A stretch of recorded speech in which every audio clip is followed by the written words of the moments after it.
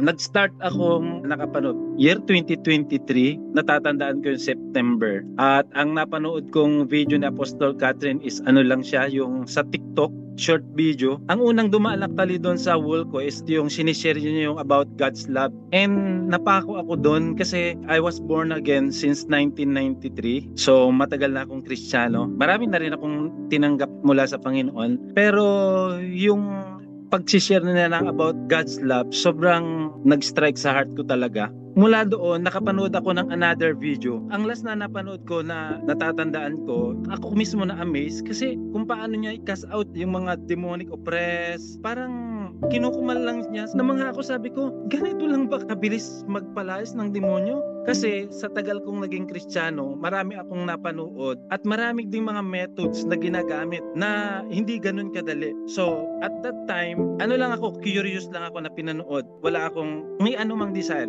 Since 2016, meron akong tinatawag na yung demonic dream. Paulit-ulit yun. 2016 up until 2023 na bilang isang Kristiyano, I know the power of Jesus, that in the name of Jesus there is freedom, and every time na nananaginip ako, kinukuman ko talaga yun. Pero hanggang sa magising ako, lagi akong sinisiko ng misis ko at sabi, oh si Dart, nananaginip ka na naman.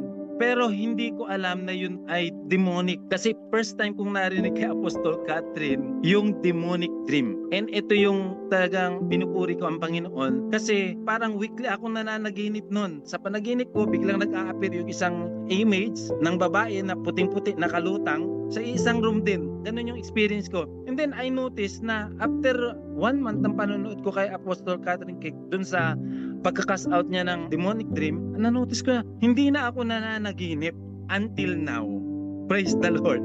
Isa pa sa testimony ko, hindi ko rin alam na meron akong spirit of fear. Kasi bilang Kristiyano, naniniwala tayo na ang ibinigay sa atin ng Diyos, sabi ng Bible, love, power, and sound mind. So, hindi ko alam na meron ako nun. Until napanood ko rin yung sinasabi niya na ang isa sa kasinungalingan ng kaaway, yung mga nakakatakot, nakakala natin yun yung demonic. Pero hindi natin na mas grabe pa ang ginagawang evil ng kaaway na yung mga tao, dinidepress niya, ino-oppress niya. Doon sa bagay na yun, na-set free ako. And pati sa family namin, umangat yung aking spiritual knowledge sa mga teaching niya. I love my family, I love my children. Pero may mga pagkakataon na maraming beses na nau-open kami sa isa't isa. And doon ko na-notice na these things is spiritual things. And I began na kinuman yung spirit of offense, spirit of hatred.